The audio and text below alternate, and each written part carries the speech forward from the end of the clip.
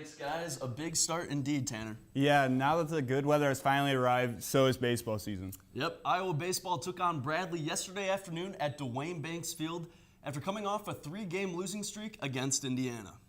But in the 8th inning, down by 1 with bases loaded, the Hawks rallied as Lorenzo Elon hits one deep, but the outfielder drops the ball and empties the bases.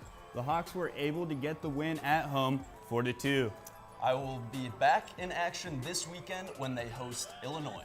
Baseball certainly enjoyed the nice spring weather yesterday, and football is going to love it too. That's right. Yesterday, Kirk Ferentz cracked some jokes about how bad the weather has been lately, but I'm sure they'll enjoy the warmer temps with their spring season kicking off today. Yeah, with more on what Ferentz said about to expect this spring, we have DITV Sports Director Lucy Rodin standing by in the newsroom. Good morning, Lucy.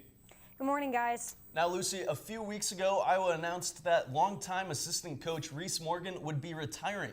How is Iowa's hunt for his replacement going?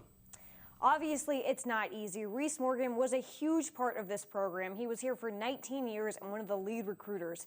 But the thing Kirk Ferentz joked about yesterday was Iowa doesn't have much of a D-line right now, so we're not missing a whole lot in Morgan. So there's no huge rush to get that 10th spot filled. So Iowa's really taking their time with this process. But Kirk Ferentz said there is a lot that goes into the process of hiring a new assistant coach.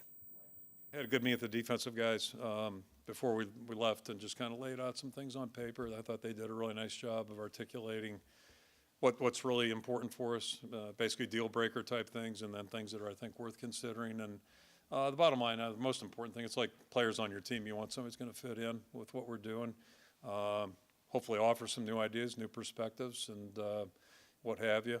Got an open mind right now in terms of, a veteran coach or a younger guy. I don't think that's necessarily critical. But bottom line, we're just going to try to figure out what the best complement is to what we have already. And we feel pretty comfortable with our defensive system, the way we're doing things. Not that you're not looking to tweak and change things, adjust things, but, feel like we have a good thing in place. And so it's somebody who's going to obviously see it kind of the same way we see it and then hopefully add to the group. But for Iowa, we're not going to see them in action this spring. They announced yesterday, the athletics department did, that there is not going to be a spring game this year because they have to do a complete turf replacement at Kinnick. So they decided just no practice, no spring game out on Kinnick. They're going to work on fixing this turf, but it won't be the only time we see Iowa football this year. They're still going to have a couple meet and greets and go to Des Moines. But here's what Coach Ferentz had to say about getting the players out in the community despite not having a spring game. It's most important to get this addressed now, get on it as fast as we can so we don't have any complications in August. And for all the people that were going to come for the spring game, hopefully they'll show up for Kids Day and maybe double the crowd that we usually get there. But that'll be the next time we're out there in the public. But this is not going to be an annual thing. It's just one of those unforeseen circumstances. Moving forward in the springs, we plan to have an open practice, at least one open practice each and every spring. So we'll continue that. And we'll try to find other ways to get our players out to interface a little bit.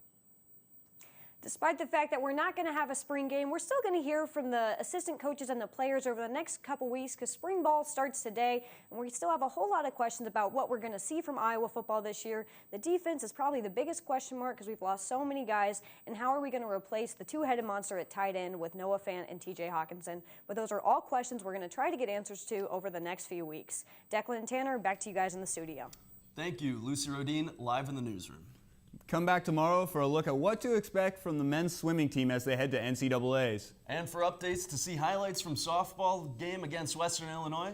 And that's going to do it for us. Guys, back to you at the desk.